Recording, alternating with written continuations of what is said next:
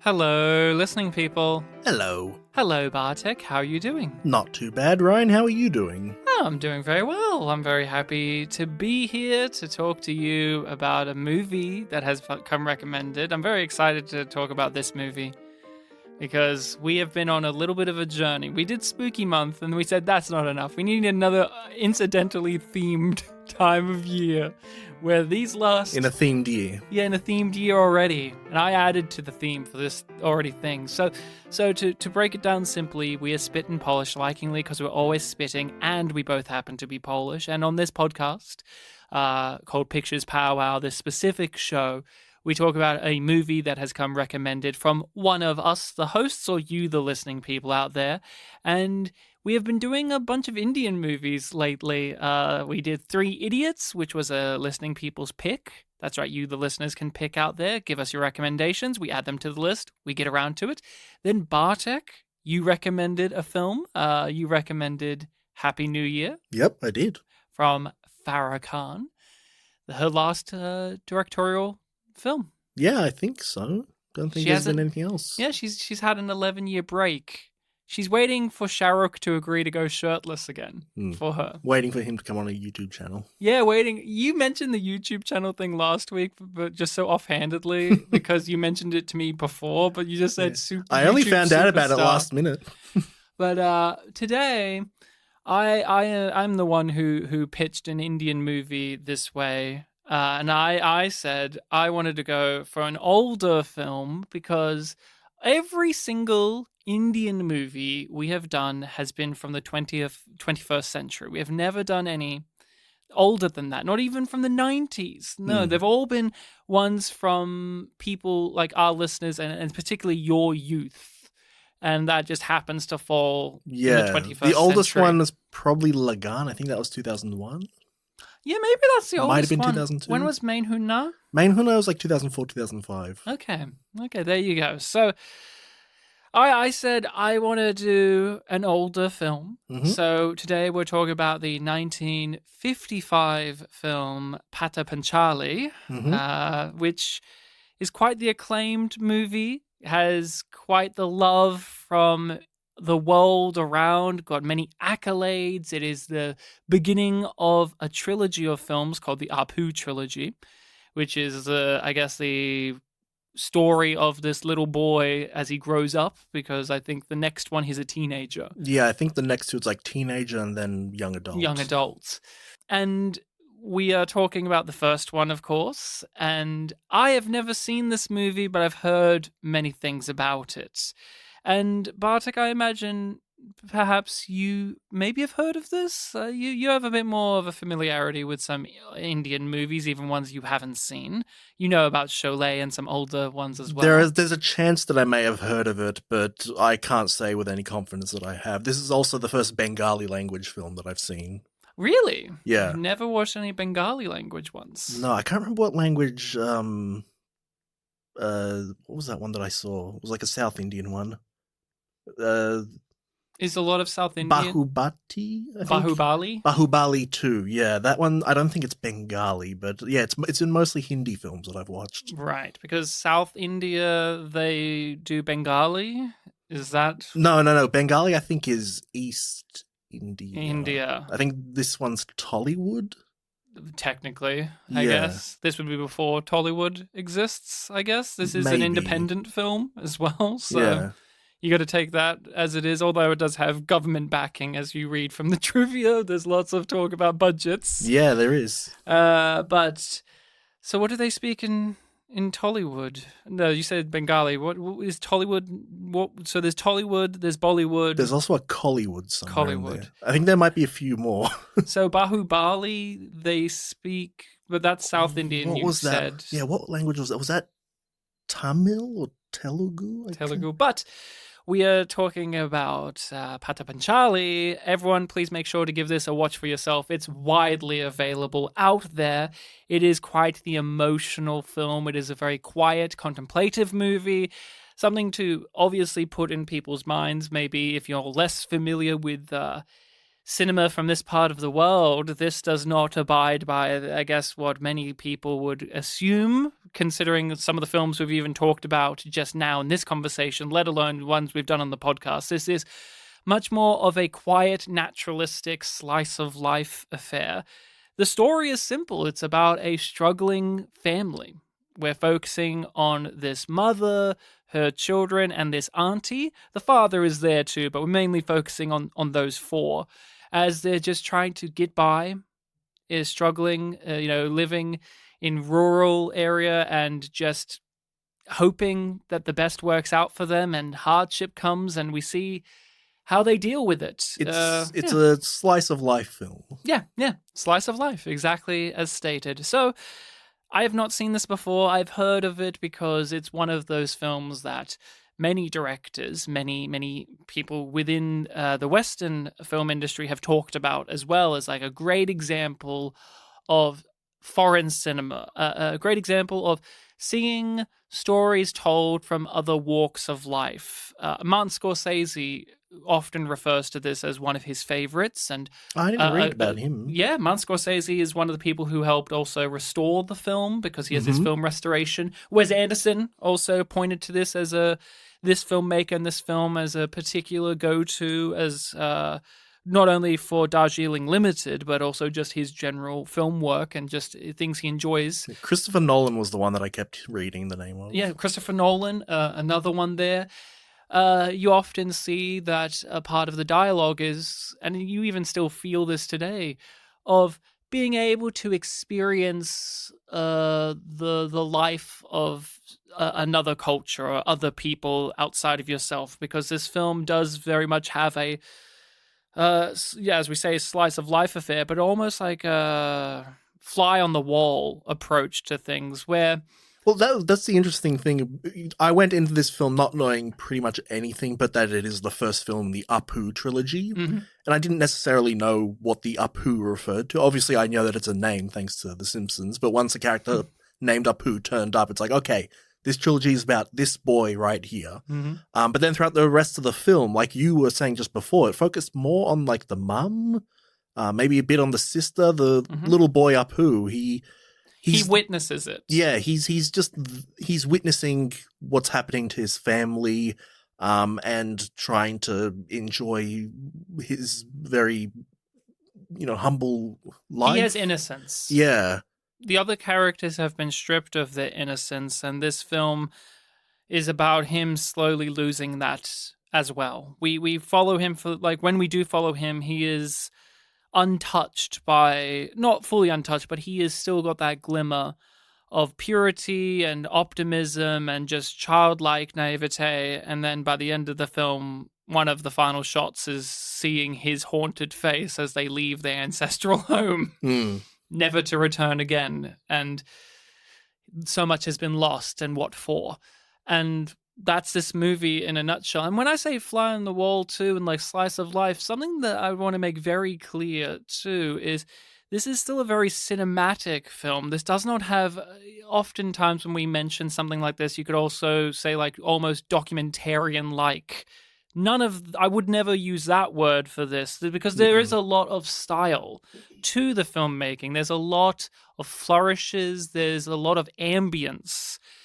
This is shot in black and white, lower budget, but there's and with people, most of which who weren't actors, some of them who were actors, some of them who are literally related in real life, and others who aren't. And you read up on all the behind the scenes of this movie and this trilogy in general, and it is a tale as old as time of independent or struggling filmmakers having to deal with budget, having to deal with time, having to deal with all of the roadblocks that you would imagine, and somehow the film comes out as coherent. Somehow, not only does it come out as coherent, but it comes out as beautiful and heartwarming and touching and just brings you in. I loved this movie. I didn't really know much about it either, other than like this trilogy is about this young man who grows up, like this young boy who grows up to be a young man, and that it's about, just Indian life or Bengali life, and that's all. But what does that actually look like? What does that actually mean? And I adored this movie. This is such a beautiful film. It's heartbreaking. It's it's slow and methodical, but you feel the tension from the beginning. You feel the panic, you feel the dread. There's many people to praise here, but the mother in particular, that actress is the powerhouse of the movie. From the very beginning, you can just hear the rattling in her chest every time she breathes, and that type of sensation keeps sputtering along, even though we have this very serene film that plays out. There's this panic and dread and existential quandaries happening throughout this. They But do a really good job contrasting her with the kids who are generally, trying to play around, enjoy life a little bit, not follow all the rules, even though, the family is struggling for money. They're spending it on sweets or whatever. And you have so many points where, you understand the mum's struggle. There are some points where, like, she crosses the line a little bit, and you feel like you want to criticize her for it, but then you just remember, what she's going through. so you did not know much going into this. Mm-hmm. So what were your thoughts and how did you feel about this overall? I didn't love it. I do appreciate it, but I did really feel how slow it was. Really? Yeah. Wow. Wow. I'm shocked to hear that. Wow. So, okay, where do we begin with this? Okay, I want to talk about the very beginning. One of my favorite heartbreaking things of the movie is the daughter character is a thief. She steals all of these fruits. Later on, she's accused of stealing a necklace. We don't know if that was true or not. Then later on, we find out it is true. Mm-hmm. That's a recurring thing throughout this movie. But one of the little heartbreaking things is we learn about this family and how the father of this family, the patriarch, he just keeps making it worse for them at every turn. And it's in obvious ways, like he will disappear for months on end without a single word because he's going off to get their money. But he's forced them to live in this hovel because of cultural values. Yeah. But then he doesn't live there himself, so who's this satisfying in the end? There's implications that he got them into this situation by getting tricked. And one of the things early on is you see these other neighbors around, and there's like one who's sympathetic, but everyone else hates this family and hates them for being thieves and looks down on them and criticizes them and has disdain. And it's because of the stealing of the fruit, stealing from their orchard. And you learn quickly that orchard belonged to this family, but the father is such a dipshit, idiot, stupid guy that he felt pressured to give it to these neighbors, and now these neighbors rule over them and mock them and criticize them. So and people, please watch this film because we're going to get into the details now. When push comes to shove and this family has to move away after their daughter has died and the house has been basically destroyed, it's this melancholic, bittersweet punch to the gut that these neighbors give them a big basket of fruit and says, here you go. You can have that now. You can have that. It's just like, oh, thank you. There's a very two-faced nature to some of these neighbors. But then there's like a true honesty because this neighbor like has this backhanded statement where it's just like, oh, we were so happy to hear that you're moving. Because the mother feels the need to apologize because that's just how broken she is. She's so worn down that even when these people treat her terribly, she still feels the need to validate them and apologize. And she's like, I'm so sorry I didn't tell you earlier that we were leaving. And this neighbor who's been nothing but cruel to her the entire time says, no, I'm happy to hear it. And you're expecting, oh, it's another backhanded thing. It's another passive-aggressive statement. But then this woman says very clearly the message of the movie, which is just like, it's okay to leave. You don't need to be stuck here becoming bitter and becoming cynical and becoming a husk of yourself like I am. And it was a nice moment where we've been built throughout this movie to have all of these outside forces of this family come across as not all of them, but a majority of them coming across as antagonistic or apathetic. And this person who's been the most like that reveals that she is this mother character just further down the path. She used to be like this family, and then time has marched on, and now she's become this monstrous phantom that we've had throughout the movie. And although this could have easily just been like done at the end of just like, here's another cruel, bitter thing with the fruit, I like that the film so often throughout isn't just misery porn. It goes beyond that and gives us little insights like this where we kind of loop back around to some, not sense of hope per se, but some sense of acknowledgement that things can be beyond this courtyard. Yeah. I was reading that apparently, I know there was some lines in the film that brought it up, but that the people in this film in the caste system, like the highest. Mm-hmm. So there's an extra sense of, humiliation to the fact that, the family that we're following are living in such poverty. Mm. And you definitely see that. There's like, from the mother in particular, there's this sense of trying to keep that picture up and pristine of like, I'm braving it, I'm keeping it together, but so easily falls apart as well. It's a trap of, it's not necessarily a trap. It's what happens when you live in poverty. There's a cycle that you go through, and you spiral out. Things just get worse and worse and worse, and you've noticed that things get worse, and you try and fight against it, and only end up harming yourself more so. And maybe there'll be some upswings like the dad hopes there will be, but oftentimes there's the struggle, and this movie, it really embraces the struggle aspect, but also there's a quietness to the movie. There's the focus on the children somehow finding fun and joy.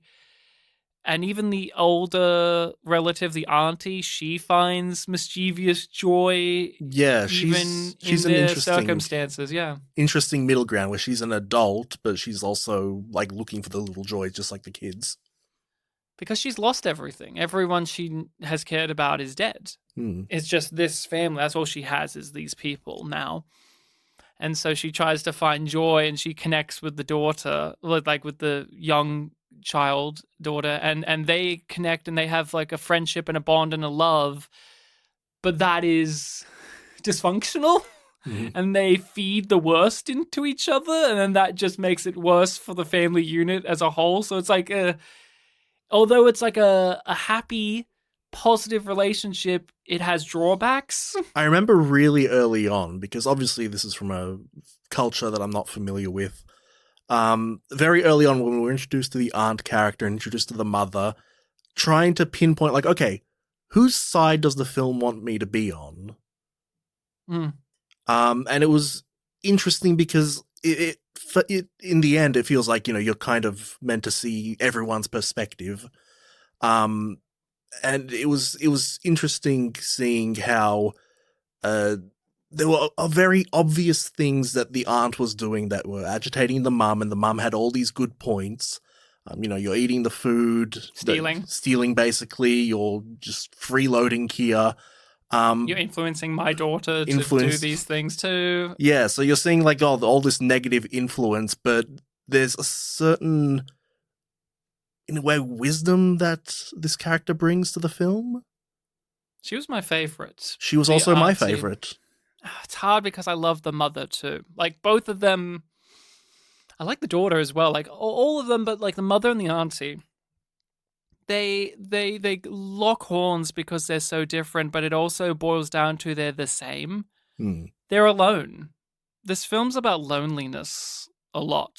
A lot of it comes down to feeling isolated, to feel cut off from others, not just civilization. That's very apparent and clear from where they live, and as we mentioned, the other neighbors around them. They do have other neighbor friends, but the mother feels so beaten down that she rejects these connections because she thinks it's pity, and she's too proud for pity. But you have the aunt and the mother, and they feel lonely as well because of just their circumstances. Like the mother feels like this is all she has is her family, and it's falling apart. Everything's fraying at the edges. And then the auntie character, she is alone. Like she has no one else to fall back on. She has no one else to care for her. And she can be proud as well. She has pride as well, where she's like, I don't need you. I can be fine on my own. And in the end, she dies because of that. She says, fine, I'm out of here. And she goes into the woods and she dies alone. They have an interesting cycle of their words and their actions, like being in conflict with each other. Because there's probably like 2 or 3 scenes in this film where the mum tells the aunt, like, you're just freeloading. You need to get out of here. And she goes, fine, I will. And then she comes back. There's an acknowledgement of the fact that you're back now, are you? And then she's like, yeah, I just need to sit down for a bit. Could I have some water? And it's like, help yourself. And she opens the lid for her. She pours the water. So it's clear like that this is a routine that they kind of do.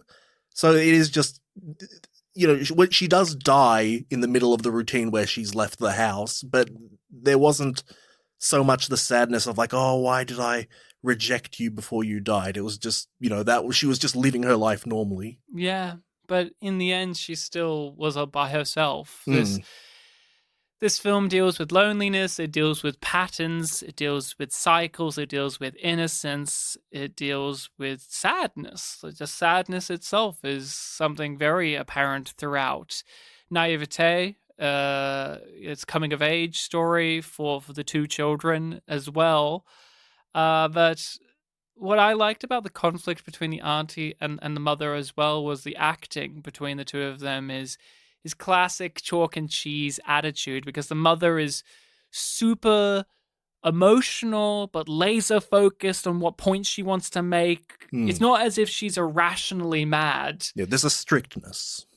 And there's there's strictness, but there's a clear agenda behind why she goes after the auntie, and you can get behind that. You can understand it. And then the auntie is very aloof, and she's very acerbic in her nature, and she's very just otherworldly as well. Like the way she carries herself, not only because she's like hunched over, but there's like the expression she gives. You can tell like not only are these 2 people different from one another, but generationally different, but the way their attitudes are completely just chalk and cheese, and it's so good to watch. Like the mother is high energy. She speaks fast when she needs to, and all of that. And the auntie character, she's just, it slows down when you talk to her now when you're having these arguments. So it's so fun, dramatically speaking, to watch them have a conversation, because the mother is like, here's all of my points. And then the auntie's like, well, isn't that an interesting thing? Yeah. And it's just, you see how it already kind of sets the mother off even more, because it's like, you are winding me up by just being very, very methodical and aloof. Speaking from the perspective of, someone not from this culture, it was striking me watching this auntie character that, she's got such a distinct look. Like she's very old, she's hunched, she's missing a lot of teeth. And there is this attitude that she has that is, kind of funny. I could see that if this character, like this actress looking exactly like this, appeared in like a Western film, I could see that being like a stereotype or like a background character. Like, oh, look at the crazy old lady. She'll be treated as other. Yeah, treated as alien, as foreign, as strange. Yeah. And it was really, really cool seeing a character who, I look at her and I think of, these elements, how it will be taken in the West, and having her be a proper character. She's humanized. She's seen as an equal. And yeah, if you look at her character, even just how she looks and how she talks, if this was in a Western film, she would be treated as like that strange, caricature type of like Indian culture. Like, oh, there's the old lady with no teeth who's hunched over. but she's given more dignity in this film.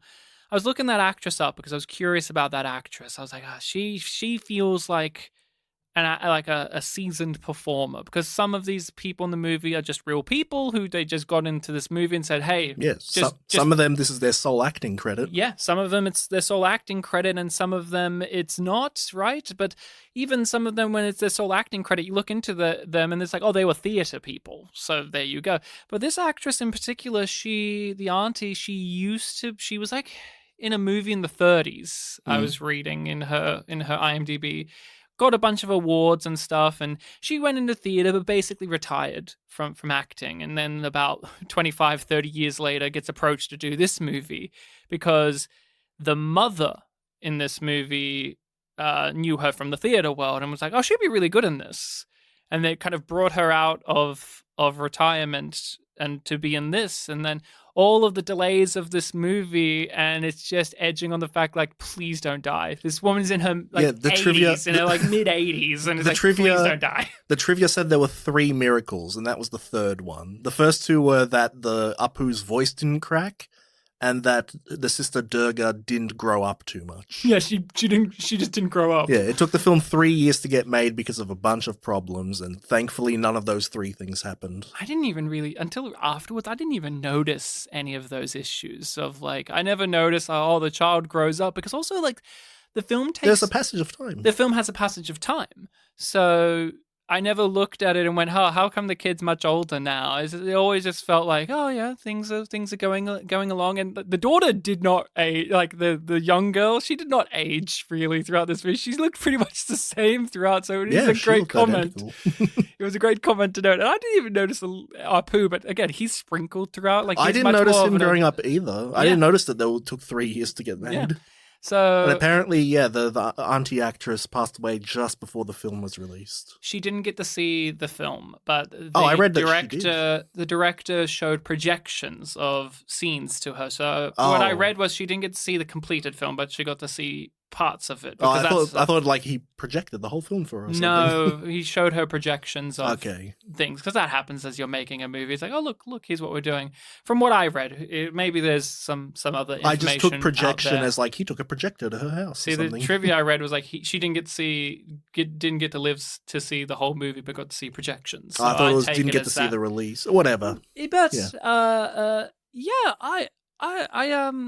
I was just really drawn into this film. I didn't find the pacing to really be that slow. I think I just immediately understood what they were doing, and I was empathetic to it. As someone myself who grew up in poverty, grew up in rural Australia, a lot of the mentalities, a lot of the behaviors, a lot of the actions taken by the characters, I understand.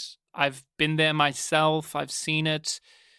And so I got it. And like hearing even talk about like, you know, what side are we picking in these things? It didn't really even occur to me while watching it to even think on that level, because I just got the impression early on from the movie that the movie doesn't really want you to think of this as sides, because everyone's suffering. It very quickly became apparent to me, yeah. But I really gravitated towards this, and although I'm less familiar with the culture as well, the film has such a warmth to it that I never felt like I was lost from a cultural divide or barrier, which has often happened with Indian movies we have covered. I think a part of it too is this is maybe one of the few Indian movies that we've covered that is just a drama focused on this one thing. There's no wink, wink, nudge, nudges to the industry itself or this actor here or any of that, which does trip me up with a lot of Indian movies where I have to ask you, what the fuck did that mean in Billu? And you're like, oh, it's actually a reference to this Shah Rukh Khan film from 4 years before, blah, blah, blah. And I'm just like, okay, this movie does not have any of the distractions. It is just focused on this one thing, and it goes about that in a very, very delicate, but it isn't afraid to hit you when it needs to. It's very disarming. The movie's very disarming, but like I said, stuff's wrong from the beginning from just hearing how the mother breathes. Just this shakiness, like you feel like there's a rattle in her chest at all times, and you're like, she is something. This is not going to go okay if the mother, the matriarch, the one who's, in my opinion, the most sensible, level-headed character. Well, she's the adult in the household. The adult in the film. household is wound up like this. It means things are going to go real bad. No, that's a good observation, that this film is very comprehensible even outside of the culture. The only things you could really give it are just, what are the little elements that they would take for granted that would be foreign to us. Other than that, film's completely readable. So tell me more about your experiences with this movie, things that worked for you, things that didn't.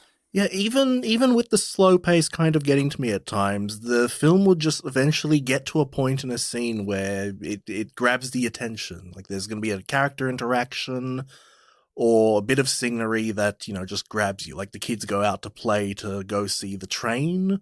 They're running through the field and it's like, oh, wow, we're suddenly in a new location. Like the mother at one point describes where they live as being like the jungle, and it really does feel like, oh yeah, they're just a house in the middle of the trees somewhere, and there's another house somewhere that way behind the trees. I don't even know how far away it is. It just feels very much like a tree land area, but then you get to where the trains are, and there's this like wheat field, and it's like you've gone to a completely different world, and taking that location out of context, like it looks like a, normal field that you could find in any other film set in like a countryside, totally believable. There's a train there. But in this film, where you're so used to, almost 2 hours of this treeland area. It's very claustrophobic as well where they live. Yeah. It's all surrounding. Everything's creeping in on you. There's literally, the film ends with, as soon as they leave their house, nature comes and takes it for itself, with the snake going into their house and the trees are already collapsed over the walls. It's just like everything is taking over the environment they live in. Yeah, you get a different sense of its scale also when the father comes back and you just linger on this very long panning shot of him just staring at the wall and how, it's fallen apart, and the cow's just there, barely looks at him. Mm-hmm. Even when he's already walked off frame, it still lingers on there. Because he's got to walk all the way around to get to that one location we can see in the frame. Yeah, yeah. And you see throughout the film that there are also holes in the wall here and there. Like there's a scene where Apu has, stolen the foil from her toy box and made a little crown, and then they're just chasing in circles around like the official entrance to the estate, and then the hole in the wall that's not too far away. Mm-hmm. And then you were saying there's this field where they're playing around and you see the train. Yeah, it's open, and you're seeing, trains aren't like super modern in 1955. They were invented before that, but a big piece of machinery spewing out smoke. We weren't seeing anything like that. It's the most modern piece of technology we see in the film. They don't have a car. Exactly. They go by ox. We see people just washing their clothes in like a river or in a body of water, not like we put it in the washing machine. None of that. This is still very, much of, and because it's also emphasizes it's the dad's ancestral home, and we have to live in that way. Sure, all of our problems could be solved if we lived in the city, especially with my career that gives us money, but I want to do it for this cultural sense of purpose that I don't fulfill myself because we need money, and that means I can't live here to do that. And it's like, I'm getting so upset thinking, like, just even talking about that. But that field, the train too, is like a big part of the movie because you hear it in the background so often. It's always just like this beacon. I take it as like this beacon of freedom or being elsewhere, because the dad uses it as a way to escape this responsibility. He's like, oh, I can get on the train and leave. The daughter, she wants it as like, oh, one day I could get on there and I could leave this small world. The mother, fucking tragic. She hears it and it's like the sound of like, it's almost like it's reaffirming and solidifying for her that she can't leave. And then Apu, he looks at it as like, man, maybe one day I could get on the train. Yeah, he just wants to see it. He just wants to see it, and it's like the train is like there's something just soundscape wise. You hear it so often just in the background, and sometimes it even sounds just like wind in the background, but you can hear like the chugga a little bit, and it's like, interesting. What I was saying before, I think I made the mistake of thinking that the film was set in 1955, so I just want to correct that. It's not set in 1955, the film's just made then. Yes. Train, it's probably much more new in this setting.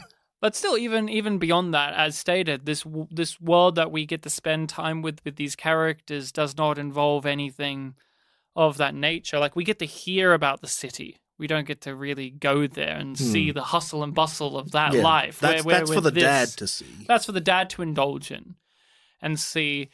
With the cinematography and the presentation of this, it was quite fascinating to watch the film, and it just feels like an accomplished filmmaker. This feels like somebody who knows their craft, is an expert in it, probably has made many movies before this. It has that level of confidence.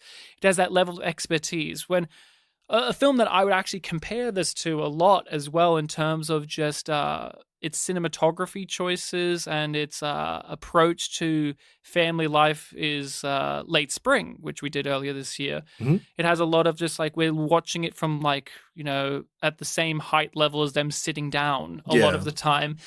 But it still feels very cinematic. It doesn't feel boring in its presentation. And then, you read the trivia about this, and there's all these stories about like the legend claims that this person never even shot a scene before, and the director has never directed anything. And you look at this movie and you go, is that real? Is that true? Because I can't believe it. Because the film did so well, the guy could quit his boring advertising job.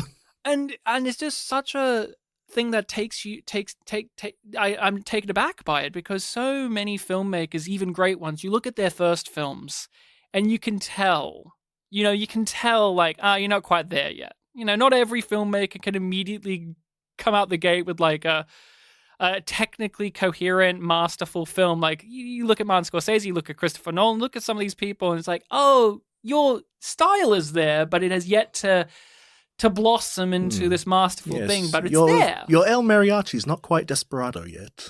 And you look at this movie, and I don't know, did you know anything of that going in beforehand, or did you see that afterwards, and how did you react to that information? No, I really didn't know anything about this film walking in other than that it was Bengali language. I didn't know that at all. Reading all that, it did surprise me. It felt like someone who knew their craft. And there was lots of financial troubles, and the government had to pitch in for this. And he didn't get any money back for anything. It's an adaptation of a book, so they had to get the rights. And then they deviate from it anyway. So there you go. There's that. Yeah, I read that they deviated, but also they tried to stay true to its pacing or something along those lines. Mm-hmm. There are moments of the outside world, like the children go to see a play. Yes.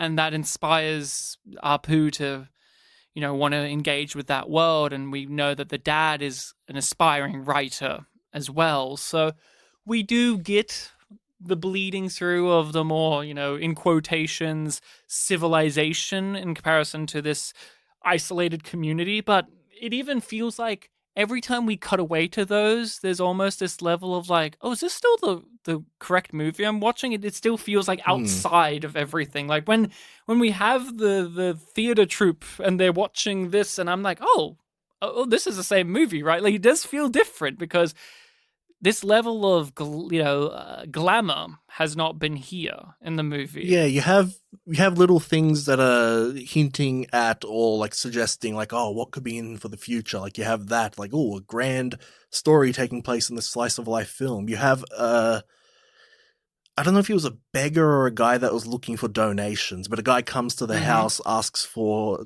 some donations. I took him as a religious figure. Yeah. Oh yeah, because he was kind of preaching while doing it. And they had no qualms about giving him the money. No. Yeah, Durga gave him some money, and he had some line like, bless you, I hope you grow up to be a queen. And again, going back to that scene where Apu is wearing the fake crown, Durga says to him something along the lines of like, look at you dressing up like a prince. So there is this like, talk about regalness or greatness. And it's a dream. It's an illusion. Yeah. It's something that you tell small children to make them feel important. And Durga, she's older, and she's the one that gets all the ridicule and all the scorn and all the blame for their childhood mishaps. Apu rarely ever gets scolded for anything, even when he does. I think there's so many moments where if Durga did that, she would be told off for it. But Apu does it, and it's fine. Like him running around with the letter and refusing to give the letter, and then just throws it. Could you imagine if she did that? Yeah. The scene would not be the same. Or there's an amazing piece that I love this. It was so awesome. This other family comes along, and they're like, hey, your daughter stole our daughter's necklace. We demand you give that. And Durga's not back yet. And then Durga does arrive, but we know she's arrived, and the mother doesn't, and she's in this hole in the wall. We and know she's Apu knows. Apu knows, but then the mother knows because she sees Apu through the clothes on the line hanging and the wind blowing the sheets. Yeah, clearly looking at someone and giving hand gestures like "Go away, hide," and the mother just says very firmly, "Durga, come down here." That was such a great moment, but it's like, did Apu get in any trouble for that? No.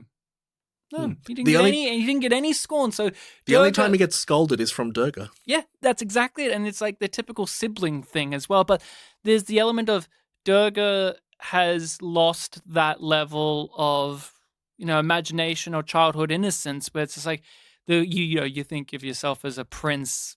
It shakes her head at that. And then later in the film, this gentleman says, well, hopefully you grow up to be a queen. And her reaction, it's a faraway shot. Her reaction is just kind of like a polite shrug. And I like that. It's a great little acting detail. Like Durga is was the real life daughter of the actress who plays the mother as well. Right? Yeah, I think there were like 4 cast members with the same last name. I think the parents and the young Durga, I think the teenage one was a different actress. Okay. I think the parents and Apu and the young Durga were a family because they all have the same last name from what I remember. Okay, yeah. No, that makes sense. I knew there was relations in this movie, but they all feel real and in their parts. And my heart went out for Durga throughout this movie. I was so in her corner. She's just trying to get by. She's just trying to have fun, but she's the older child, so she's expected to be more proper. And everyone's like putting all of these dreams onto her that she herself doesn't want, like the whole marriage stuff. Clearly, she's not interested in that. Yeah, this idea of like, you have to help me do these things, and she just wants to be like the auntie and just like cool auntie. Yeah, be the cool auntie, and it's just reinforced like you can't do that, and she just wants to rebel. She just wants to be free, and it just doesn't work out in her favor. No, did we say spoilers were on for this episode? Yeah, spoilers. Yeah, she's the one in the family, and the aunt, I guess, but she's the one that doesn't make it to the end. I was surprised. I was surprised. I thought the auntie was going to be like, oh, okay, we're dealing with a member of the family that has died, and the passing of the torch in that way of like, we've lost someone, but we go on. And then the film keeps going, and I'm like, oh, okay. Now we're dealing with the dad's not here, and how we're going to survive now. And like, oh, is it going to be about how the dad left? I thought that was going to be dramatically interesting. Like, how does this struggling family look after themselves, and how do they feel once their faith has been tested? Because that's the thing too. The dad is the most spiritual one in their family. Like, he's the one that does the little prayer gestures. He's the one that every letter he writes at the end of it, like about his career was a priest, but he's trying to be a writer. Yeah, he's trying to be a writer. Like, that's reinforced, but none of the other family members really demonstrate this themselves. So it's like they're just following his lead. But how does their family look? Not only when the mother's husband and their father leaves, but how does it look when the symbol of faith leaves their life? How do they survive? And the film doesn't go fully with that. It does dabble in that, but then the film just is, as mentioned early, heartbreaking. The Durga, she's just happy. She's just dancing around, enjoying, the rain, having a wonderful time. Her and her brother have a moment of beautiful connection as they huddle up underneath the tree, and she wraps around him, and they're smiling and giggling to each other, like they finally connect after all of this. And then hard cut to she's dying. Well, she's not dying straight away, but you know, as soon as the doctors have a stethoscope on her, which also feels like another modern piece of the world. It's like, things aren't going right, are they? There is a line much earlier in the film where it mentions that she might have a fever. Mm-hmm. So then she gets this cold at the end, and unfortunately it was a fatal one. They also do like emphasize like at several points of like when characters, because everyone's, everyone is barefoot in this movie for the most part. There is lots of emphasis, just little things of like, hey, make sure to dry off your feet or wash your feet. There's lots of talk of that. They never specifically say because you'll get sick or because of this. But in this movie, like this young girl gets drenched in the water. She's walking around with no shoes on and all of this. And it's just, it's one of those things where it did take me by surprise, but it was when it happened, it was, I see. Like, it took me by surprise, but it didn't take me by surprise is the way to describe it. It's like, this makes complete sense for what this film is about, but it didn't mean that my heart wasn't ripped out of my chest and then thrown on the ground when it happened. I was very upset with this. Maybe a little teary-eyed. I was like, oh no, not this character. She's so good. She has hopes and dreams and aspirations. Yeah. And then you get one more little bit of Apu being innocent, asking if she's asleep. And they're like, yes, she is. Man, what a film. I don't know. What else do you want to discuss with this? Because I feel a bit at odds, because I know that you did not connect with it as much. So I feel a bit at odds of like trying to talk about it positively, but I know it's like, but what is holding? It's kind of the opposite of what you were saying last week about Happy New Year, where like after the fact it held up better than while I was watching it. Yeah, because like I said, it was slow and I did feel it, but like almost every scene had something that drew me in, and all of that was great stuff. It's purposeful. Yeah. It's just that when I think about like, watching it again, I know that it's going to be maybe it'll hold up more on a second viewing, actually. Who knows? Yeah, I don't hold any ill will to this film. It was just, it just felt like a long watch. So that's your main issue with the film, is just the pace of it? The slow pace? I just remember the experience of watching it, and I'm trying to stay true to that. But I do appreciate this film. Genuinely, I do. It's not me making excuses or anything like that.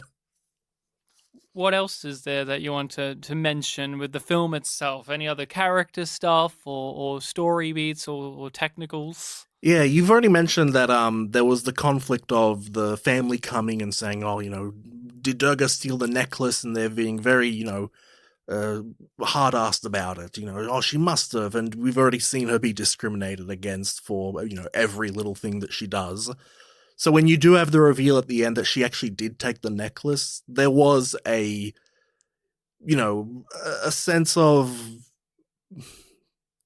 like a weight put on you a little bit, that like, maybe there was some truth to it. Maybe there was even a bit of tragedy, like maybe she became the thing that they were telling her she was.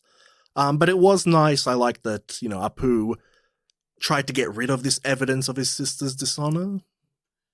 Yes. Trying to cling on to like a happy image of her in a way. Yes, that's it. It's bittersweet is the way I would describe it, because for sure, his image of his sister is further shattered or has been redefined from this revelation, and so he throws it and it goes into the body of water, which again feels very poetic with how her character ended up as well. I like that the water had, I don't know what it was, like algae or some sort of like petals on it, and like when the necklace was thrown, they obviously moved out of the way, but then reformed. So it's like, we're hiding it for you, Apu. We're on your side.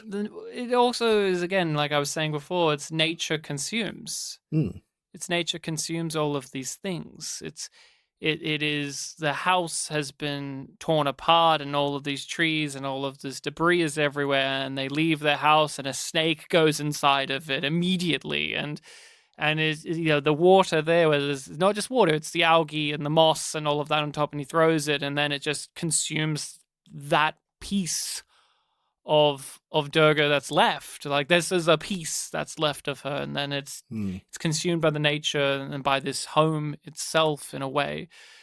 I want to know a bit about how you reacted to, or your I guess perspectives on the mother and father, because we do get them two together a lot as well. And the father, as mentioned, he is this elusive figure, but he is a presence, and like he is in the movie a bunch, and we do get to hear his points of view, and we do get to see his his reactions to what has happened. But there is a lot of weight between these two. You know, it's funny. Their relationship actually reminded me a lot of, strangely, not in a comedic sense, of course. This is like the most dramatic version of In the Happiness of the Katakuris. We had the mother and father in that film. They had like a dramatic, they had a problem in their relationship, but since that movie is so silly, it's treated much more silly.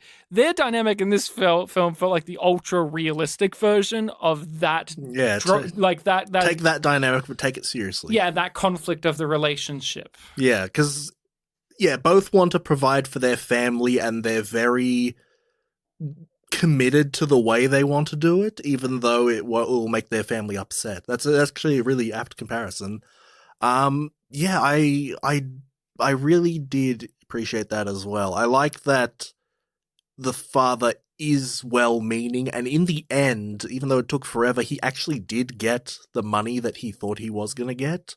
But just like the things lost along the way, and the tragedy of that scene when he comes home. He was absorbed in his own world. Yeah, like I mentioned before that we had the long scene of him just looking at the fence, and we're lingering on that, and we already know that Durga's passed away at that point. It's like, oh my god, this thing's obviously going to end with him finding out, and we are just delaying it.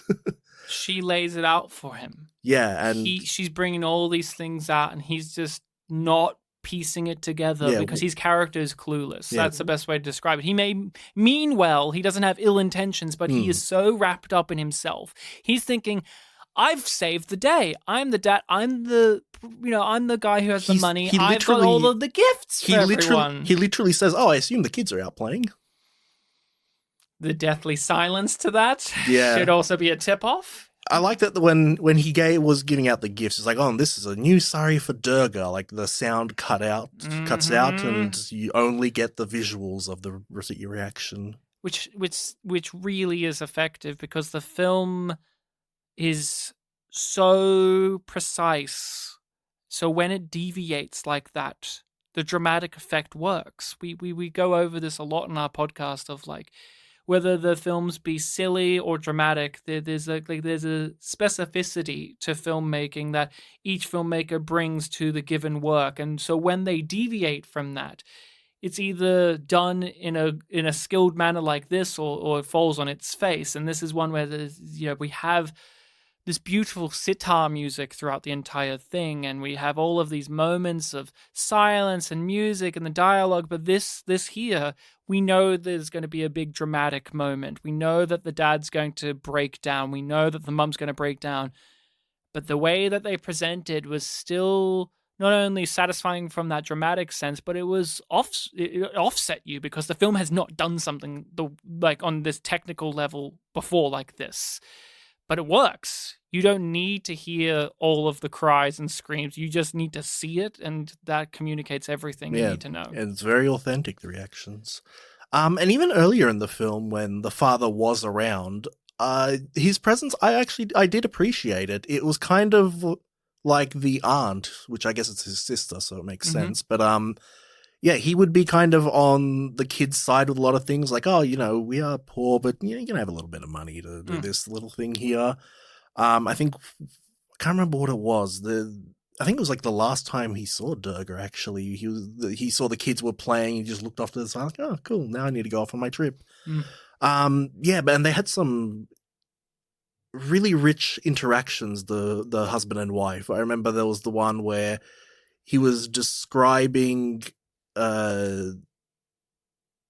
he met like the wealthy man who wanted to hire him for something. Mr. Ray. Yeah, and the mother's like, "Oh, excellent, money. This is a job, and he's wealthy. We're gonna get money." And he's like, "Oh no, I have to, play the long game of, get properly paid. He's gonna think we're poor." And she's like, "That's fine. We need the money." And then again, come back to pride. That's another thing of this movie: characters with their pride. And then later on, you get like a follow up to that where like he approached the guy, he was ready to accept the job, but something really sad happened to him, so it wasn't the right time. So I've decided offhandedly now to immediately act on this other thing that will make me delayed for months on end, and you won't hear from me for a while. Bye. Yeah, so it's like, this, you're a fun character when you're around, but you're so frustrating, and I can see why the mum's so frustrated with that. A scene that I found particularly gripping is they're talking together and the mum is on one side of the bedroom and the dad's on the other side of the bedroom. So like the dad is talking and he's closer to the camera and the mother is further away, and you just feel the distance. They are not on the same page. They're not looking at each other. They just do not get one another, and she is so alone. The mother is so alone in this movie, where there are things she does that I don't agree with, but I can't blame her. That's the best way to describe it. It's like, what else can she do? She's at the end of her rope here, and people are just cutting the little bit she has off more and more and more. Whether they mean to be antagonistic or not, that is just the case. A detail that I really found just extra salt in the wound is when the dad does come back home after Durga has died, and also the auntie has died. He's giving all of these gifts, and he makes a point of, I could have been home earlier, but there were these festivals on, and I wanted to go to those, and I got these things, and it's like, salt in the wound. If you were here a couple of days earlier, who knows what would have happened. But you weren't, and they had to suffer through it on their own.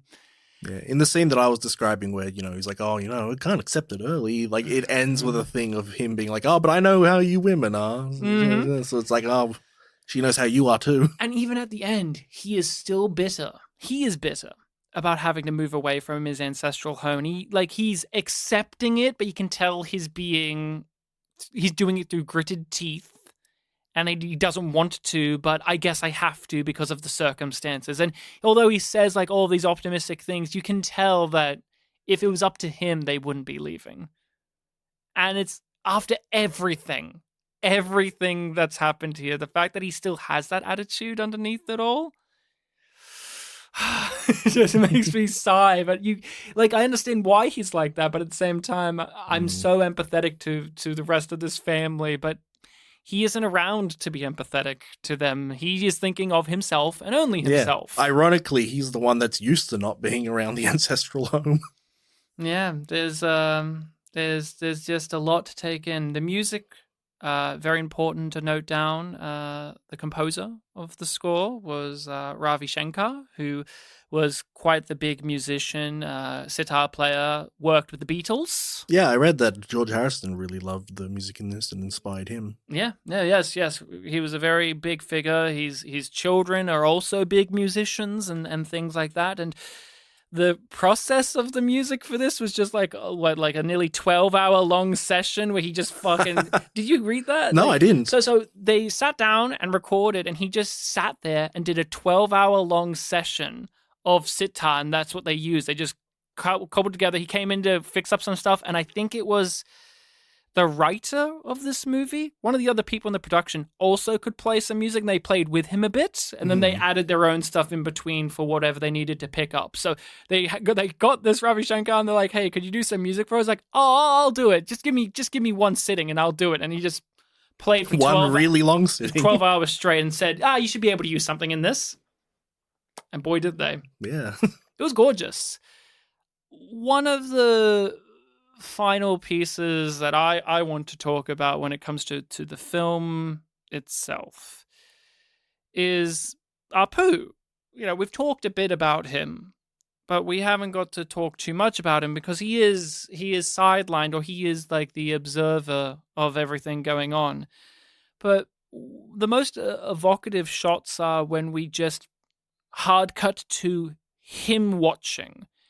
this child that they got, he is so magnificent, and you can tell why they cast him. I think like the director's wife or somebody just saw this kid sitting out on a porch and they said, that's the kid. Boy, were they right, because he has such expressive eyes. I still remember the eyes, yeah. And you just see, you see him realizing that the things he holds dear are slipping through his fingers and he can't do anything about it, and it's all just from a look.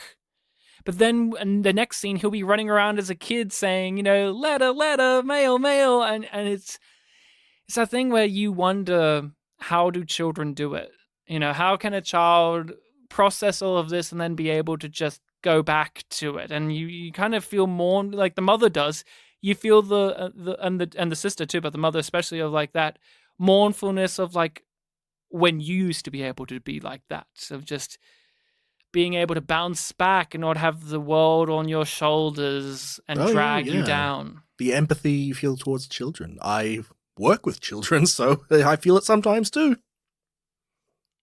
And as the namesake of the Apu trilogy, how are you when it comes to this character, and what do you think about the idea of following him as he develops and grows up from this point on? I'm interested in seeing the rest of it. Yeah, this film feels like a very long first act. It's like, oh, this franchise is meant to be about this boy, and he's kind of just an observer here. So it feels very much like this is all, setting up his future feelings, basically.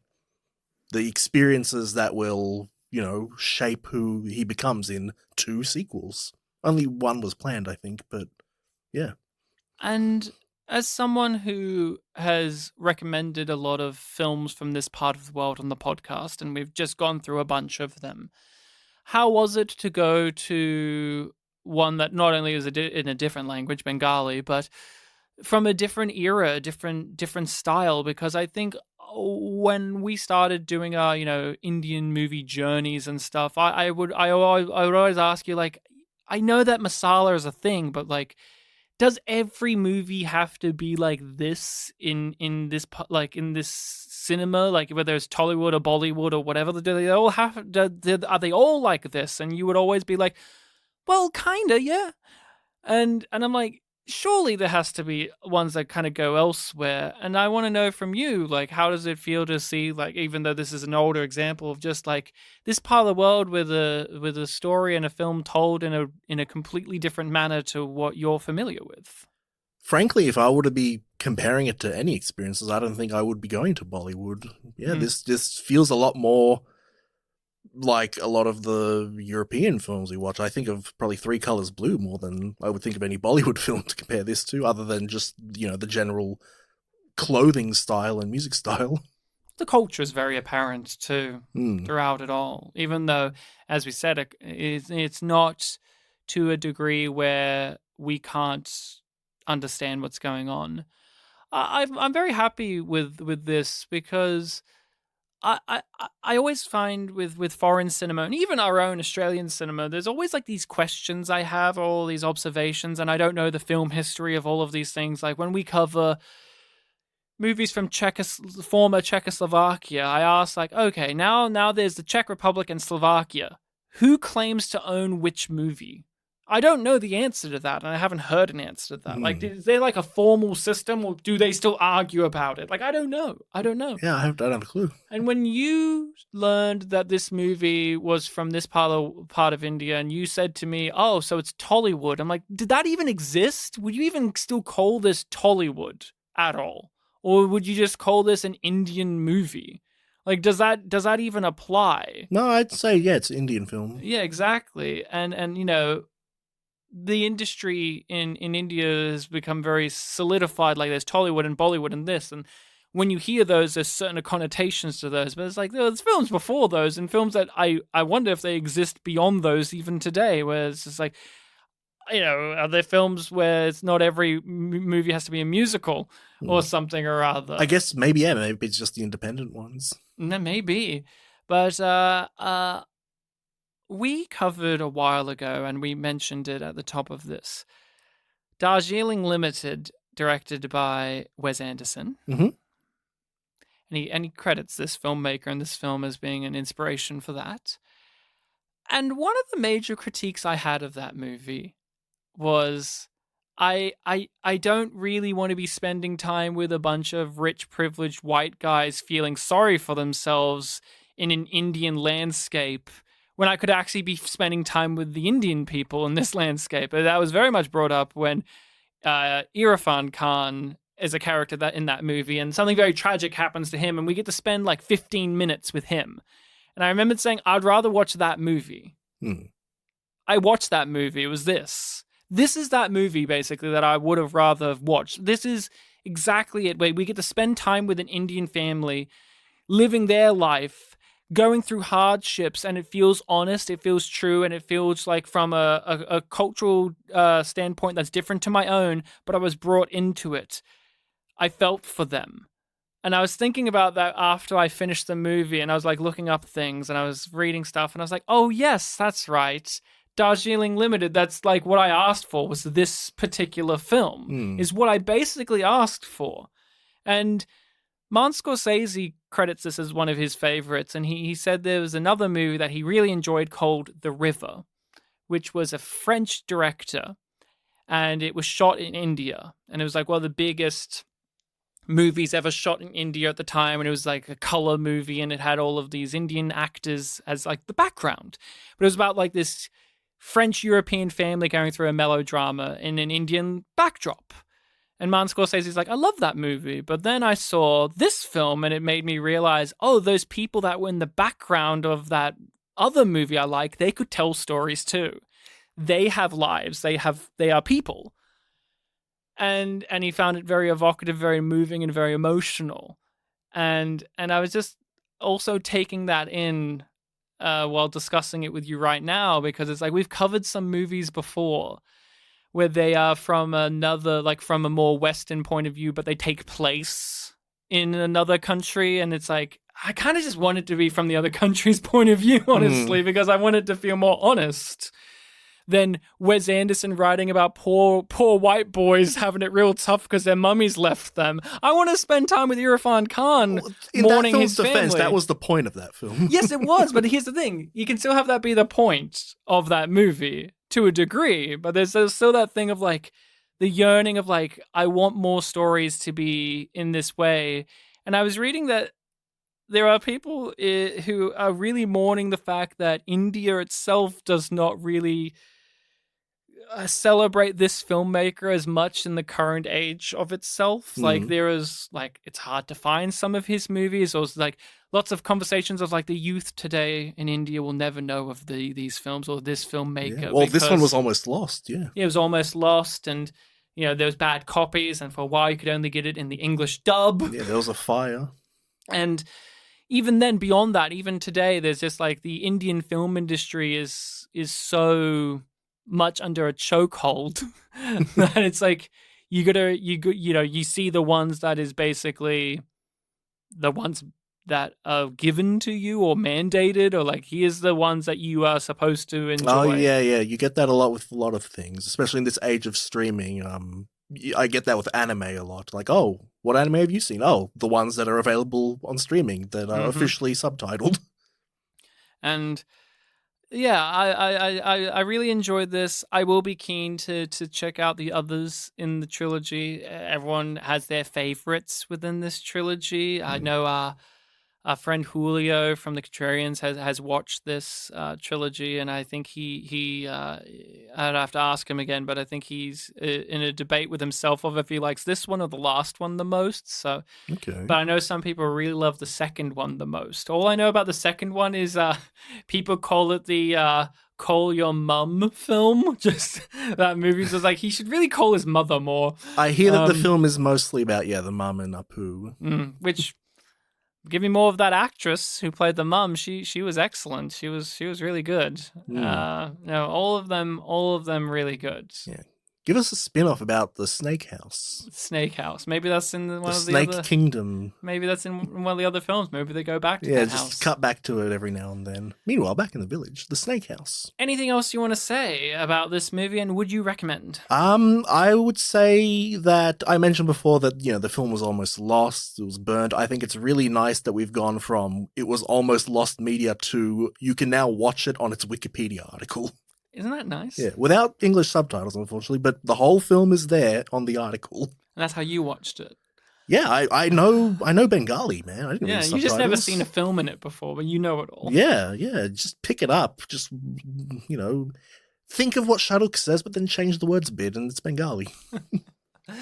I do recommend it, but I do understand that some people might not be as open to it as I was.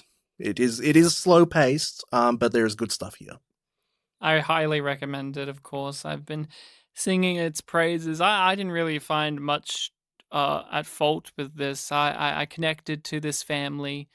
I found each one of them compelling characters, whether they frustrated me or whether they garnered my sympathy. They were all real to me. This is one of those films that brings you into not only a world that maybe you're not from or you're not familiar with, but it brings you into a household that you do feel familiar with, even if it is different from your own. You understand each member of this family, their dynamic with other members of the family, and the roles they feel they have to fulfill, and how much that is a burden or a joy for them. Right, your opinion sounds different to that French New Wave guy that said he doesn't want to watch a film about peasants eating food with their hands. Who said that? I don't know, but I think it was one of the French New Wave founders. He was one of the critics of this film. There is some interesting critiques of this movie. So Roger Ebert, of course, loved it, and many of the filmmakers I mentioned. But there was, IMDb reviews are fun, of course, and very glowing. But there was a Letterboxd review that I found very, very interesting. I won't read it all or read much of it, but there was lots of praise of this movie, of course, from people on Letterboxd. But one of them basically did a breakdown of every